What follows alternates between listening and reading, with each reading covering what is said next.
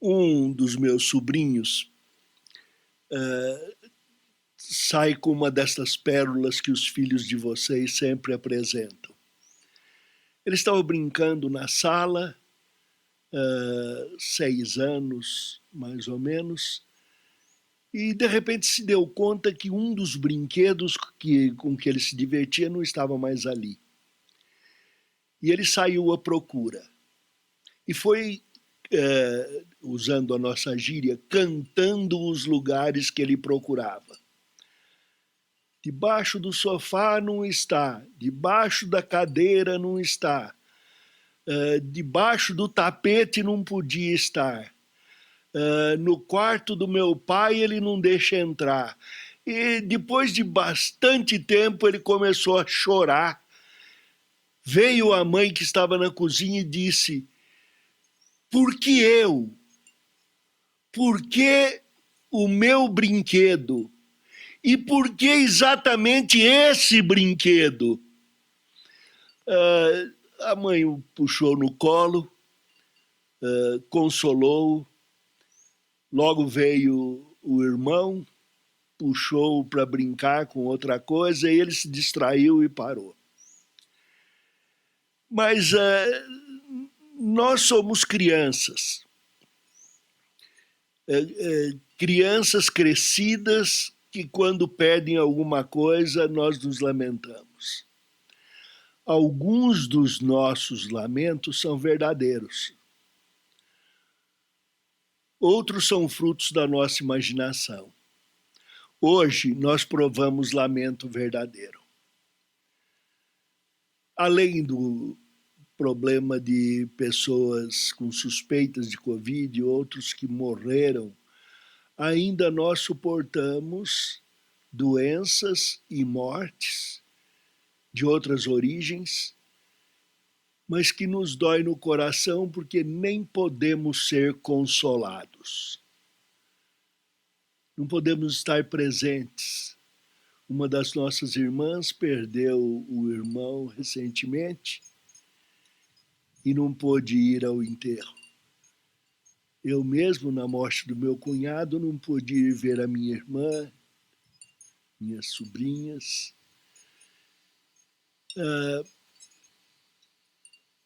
Até mesmo as mulheres que estão dando à luz não podem receber visitas.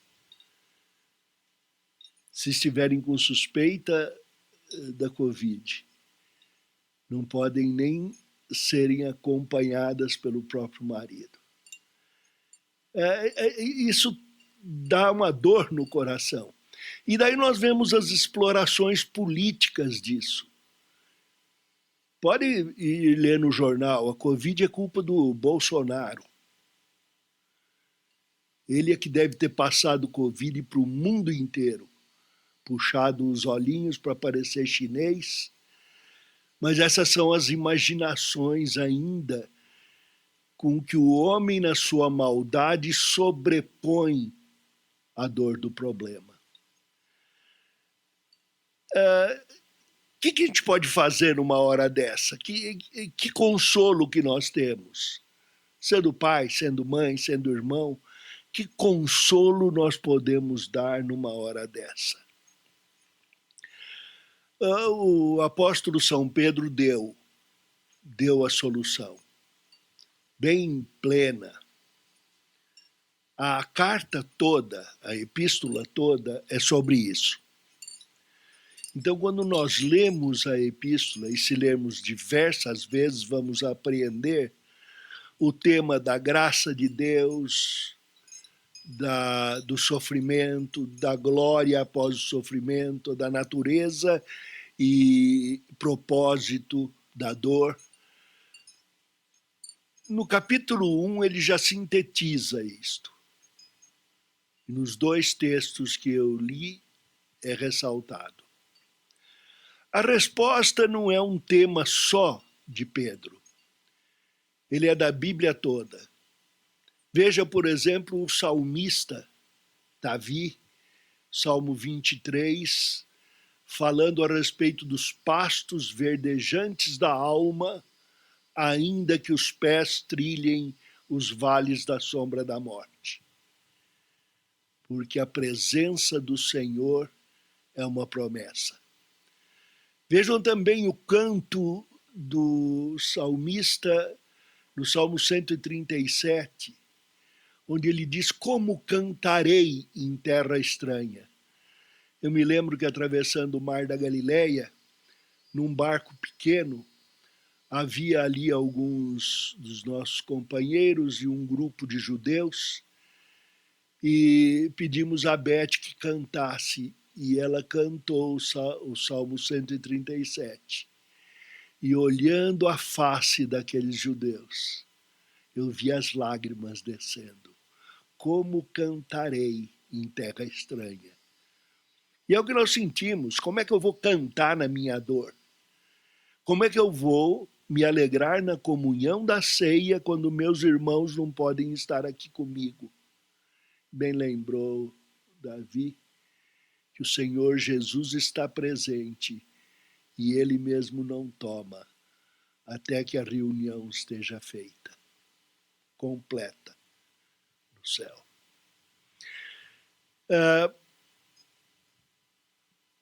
O que nós temos nesta epístola é um canto de exultação na hora da dor. É um canto em terra estranha. E ela é possível por algumas razões. Primeiro, porque eu me exulto na glória do Deus Trino. Veja que o texto diz: bendito o Deus e Pai de nosso Senhor Jesus Cristo, que nos tem abençoado segundo a sua muita misericórdia, e ele nos regenerou para uma viva esperança. É um canto de bendição. Isso é difícil. Vocês que conhecem talvez a língua inglesa, lembre-se que um dos grandes xingamentos, que é comum hoje nos filmes, mas horrorizava os americanos, era o famoso dane-se, porque se referia a Deus. Quando a pessoa estava irada, quando não gostava do que acontecia, blasfemava. E aqui nós somos convidados a fazer o contrário. Bendito Deus e Pai. No meio da minha dor, um canto de bendição. Bendito o Deus e Pai de Jesus Cristo. Segundo sua misericórdia, nos regenerou para uma viva esperança. Aqui eu falei que trata-se do Deus Trino pelo seguinte: ele se refere ao Deus e Pai do nosso Senhor Jesus Cristo e a regeneração, que segundo João 3 é produzida pelo Espírito Santo e que foi referido no versículo 2 da epístola. O Espírito Santo que procede do Pai e do Filho. Ele nos regenerou para uma viva esperança. Na maioria dos textos, nas cartas paulinas e outros, diz que porque nós fomos regenerados com base na ressurreição de Cristo. É a mesma coisa aqui, mas muda um pouco a colocação. O Senhor nosso Deus ressuscitou ao Filho Jesus Cristo. E daí nos deu a regeneração. É por ele, vem daí nossa gratidão, que somos regenerados aqui e agora. Você, temos uma nova vida. Eu me lembro de como era a minha vida antes de conhecer o Senhor Jesus. E um dia ele me trouxe a uma nova vida, me deu uma nova percepção, me deu uma aceitação da bondade do Senhor Jesus e do seu propósito. Eu não sou mais irado contra Deus, porque Ele me regenerou para conhecer a salvação que Ele me dá. Então agora, já, eu tenho esta nova vida. E Ele ainda continua dizendo que me regenerou para uma viva esperança mediante a ressurreição de Jesus Cristo, para uma herança incorruptível, sem mácula, imarcessível. Incorruptível, sabe, não se corrompe. Sem mácula, todos sabem, não tem mancha. Imarcessível, aí as pessoas fingem que sabem, dão um sorrisinho, mas precisa aprender. É que não se desvanece, não some, não é uma daquela esperança de que o Corinthians vença, que some depois do jogo. É uma esperança que se realiza. A esperança que não se realiza corrói a alma, diz a Bíblia. Mas esta é uma que se realiza. Ela é perfeita. Ela não acaba. Ela não se desvanece. Na verdade, ela não me engana. E ela está reservada no céu, diz aqui, para vós outros. E o sentido é bem claro no resto da carta. Pedro está dizendo, o século de hoje não pode tocar a eternidade. Nenhuma política do Brasil vai tocar a realidade da minha esperança. Nenhuma política do mundo vai tocar minha esperança. Nenhuma doença do mundo vai tocar a minha esperança, porque ela é guardada pelo poder de Deus. Ela é reservada para mim, para você, no céu. Então esta é a confissão de fé quanto ao poder de Deus para a perseverança do salvo. Isso nós confessamos, é artigo de fé. Se você é crente, a sua esperança está no bendito Deus. A outra questão vem nos versículos seguintes, é a exultação nos sofrimentos de Cristo. Ele diz, nisto exultais, embora no presente, por breve tempo, se necessário, sejais contristados por várias provações. E aí ele dá uma razão. Para que, uma vez confirmado o valor da vossa fé, muito mais preciosa do que o ouro perecível. Ele diz que o valor da fé é mais do que o do ouro. Aqui nesse mundo, nós gostamos é do dinheiro. Eu que não gosto do dinheiro, gosto mais de comer, preciso do dinheiro para pagar o sonho que compra na farmácia. Sabe aquele sonho recheado com creme, buttermilk cream, aquela delícia, quando ele é molinho, quando o padeiro sabe fazer? Eu preciso de dinheiro para comprar isso. O sujeito está namorando, vai casar, mas por que você não casa? Porque eu não tenho dinheiro ainda, eu não tenho apartamento, eu não tenho jogo de talher, de capo, não tenho fogão para minha esposa dirigir. Então ele está esperando acontecer. O quê? Dinheiro. Mas ele diz, o valor da fé é maior do que isso. Mais vale a fé do que qualquer valor do mundo. E ele diz, mesmo o ouro apurado pelo fogo. Em algumas regiões, o fogo é símbolo do sofrimento. Noutros lugares é o frio. Existe até nas lendas e histórias antigas, nos escritos, na descrição do céu, em que o sétimo céu é de gelo. Para nós, o sétimo lugar do inferno é de gelo. Para nós é fogo. Até para Vinícius de Moraes é fogo, né? Por cima uma laje, por baixo escuridão, é fogo, irmão, é fogo, irmão. Ele não sabia do que estava falando. Mas é verdade que até os incrédulos acreditam que o sofrimento tem propósito. Notem, por exemplo, Francisco Otaviano, advogado, homem de jornal, jornalista e poeta, que escreveu Ilusões da Vida.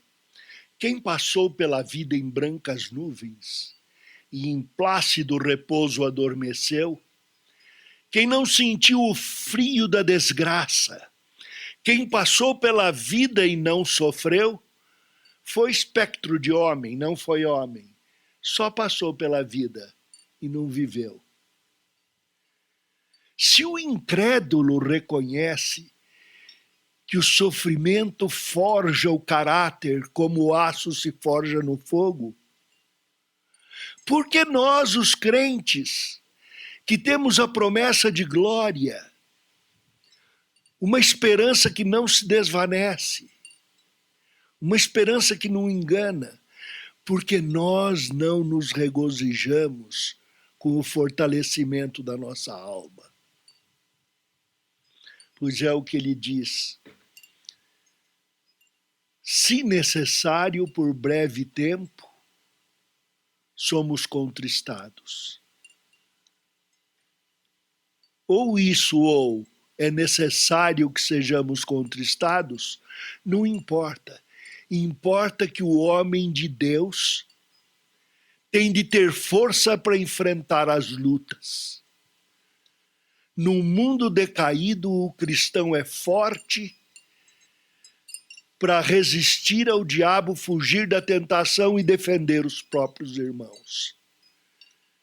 E somente a experiência com a luta fortalece a alma. Mas ele ainda diz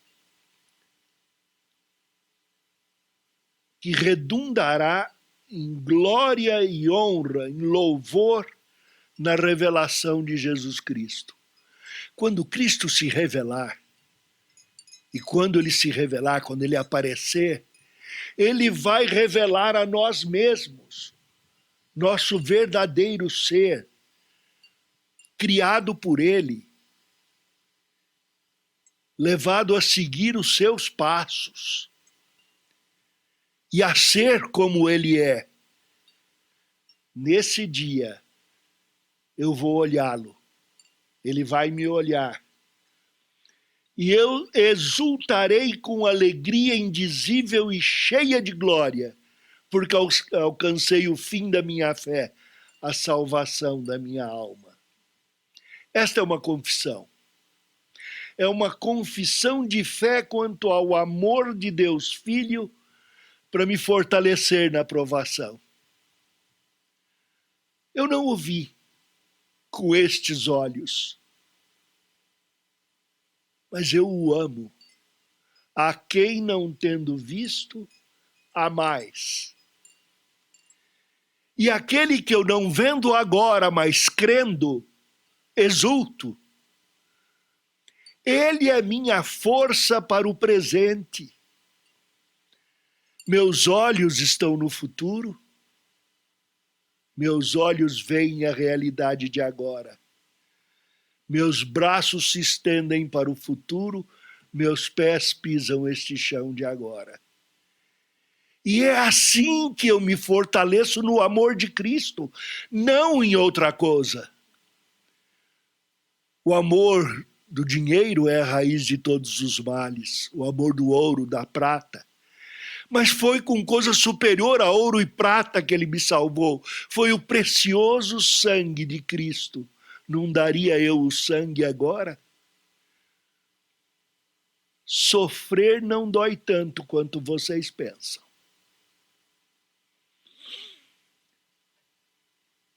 Há uns 5 anos, com fratura nas vértebras, eu estava no hospital e fui visitado pela mocidade da nossa igreja. E eu me lembro que, numa certa altura, eu cobri a minha cabeça com o lençol para que não vissem que eu chorava.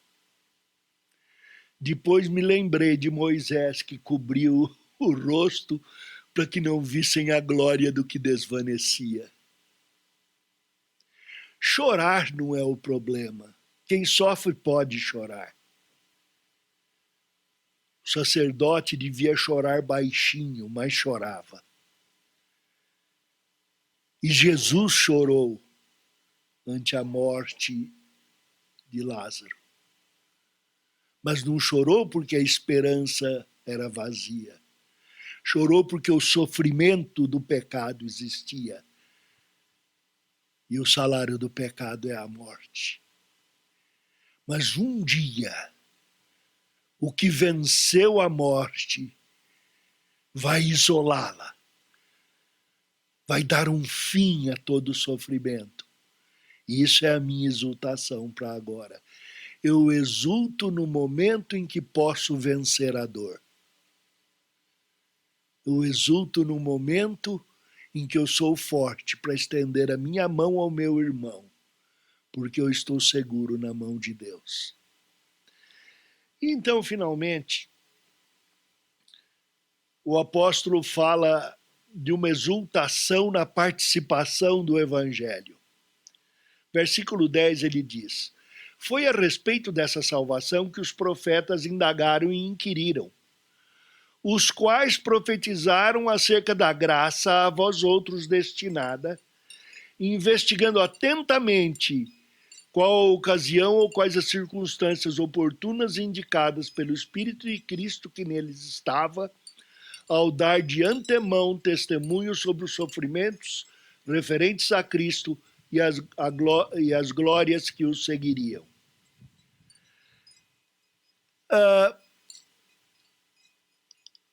Os profetas escreveram no passado e eles mesmos indagaram e inquiriram a respeito de uma salvação que ainda não conheciam. E esta salvação é a respeito da graça que nós recebemos. Da mesma forma, o mundo está atento à natureza da graça que recebemos. E segundo o que vem desta graça em nossa vida, e do júbilo que temos nessa graça, e do louvor que a nossa vida presta ao Senhor, eles entenderão o evangelho que pregamos, investigando atentamente a ocasião, as circunstâncias oportunas. Isto os profetas, os salmistas, todos antes de Cristo, queriam conhecer estas coisas que foram reveladas em Jesus. E hoje, ao anunciar, nós somos o espetáculo. É a hora oportuna para a pregação. O apóstolo São Pedro indica que sejamos sóbrios, sabendo a ocasião, conhecendo a oportunidade, sejamos sóbrios. A pior coisa para mim é a mídia social, no sentido de que ela não é verdadeira. Tem verdade e é diluída na falsidade. Até a verdade ali fica suja. Mas ela é termômetro do que acontece. E eu vejo gente... Sou cristão e não apoio tal político e sou cristão. Juntando porco com ovelha. Ser cristão ou não ser cristão exige que se elejam políticos de caráter. Mas não é um homem que recebe meu louvor. Antes, bendito o Deus e Pai de Jesus Cristo. Bendito o Senhor Jesus Cristo, bendito o seu Espírito. Homens não recebem o nosso louvor. Nós devíamos ser mais sóbrios. Ao fazer uma consideração política, escreva algo de conhecimento da política, não besteira. Quem não sabe política, cala a boca. Eu não gostaria de ter um leigo me defendendo num tribunal. Um homem que defende a si mesmo é um péssimo advogado. Eu preferia ter um bom advogado. Eu não quero nenhuma pessoa que não saiba escrever escrevendo a meu respeito. Outro dia eu vi aí um comentário que alguém fez. Qualquer coisa que vem em cima com C. E deve ser, não sei se falou prestigiado com J. Eu sei que havia umas 12 palavras com uns 14 erros na frase. Essa pessoa faria bem em ir fazer um curso de português. E eu não estou com raiva aqui falando essas coisas. Estou levantando um exemplo. O cristão não pode ser ignorante acerca de todas as coisas. Ele tem que ser especialista naquilo que faz. Eu não posso ser doutor em tudo. Mas se eu sou na palavra, devo conhecê-la. Eu não posso ser técnico em tudo. Não sou engenheiro de tudo. Posso conhecer engenharia, mecânica, mas não dou a última palavra a respeito dessas coisas. Mas se alguém é crente, estude a sua área, para dar bom testemunho, para poder pregar. Porque se você erra em tudo que prega, como vão crer no Cristo do qual você fala? Uma coisa eu sei, em todos os aprendizados, o da palavra de Deus é dado a todos, pelo Espírito Santo que nos foi outorgado. Por isso, nós temos uma confissão de fé quanto ao ministério da graça recebida e anunciada. Quem me ouvir falar de Cristo saberá que eu não sou ignorante nas coisas em que trabalho. E se você não for ignorante nas áreas da sua expertise, você poderá falar do Evangelho como quem conhece. E, principalmente, conhecer no coração. Ter comunhão com o Senhor. Comunhão nos seus sofrimentos, para que tenha comunhão na sua glória. Ninguém que deixe de sofrer conhecerá a glória de Deus. Um dia sim, quando ele revelar tudo perdoado, tudo novo. Mas hoje, você não pode falar da glória se não conhece o sofrimento. E se alguém me pergunta, mas eu não tenho tido uma vida de dor, a vida de dor do seu irmão. Você não tem dores? Vá chorar com os que choram, para se alegrar com os que se alegram. É esse o chamado da confissão de fé do ministério da graça, recebida e anunciada. vista na nossa vida e transformado em palavras. A conclusão é simples e rápida. Versículo 13 do capítulo 1. Por isso, cingindo o entendimento, sede sóbrios. Esperai inteiramente na graça que vos está sendo trazida na revelação de Jesus Cristo. Como filhos da obediência, não vos amoldeis às paixões que tinhais anteriormente na vossa ignorância. Pelo contrário, segundo é santo aquele que vos chamou, tornai-vos santos também vós mesmos em todo o vosso procedimento. Eu rogo a Deus que os abençoe, que nós saibamos como proceder aqui e agora, tendo coragem para fazer o que é preciso e tendo maior coragem para viver agora como um dia na eternidade. Amém.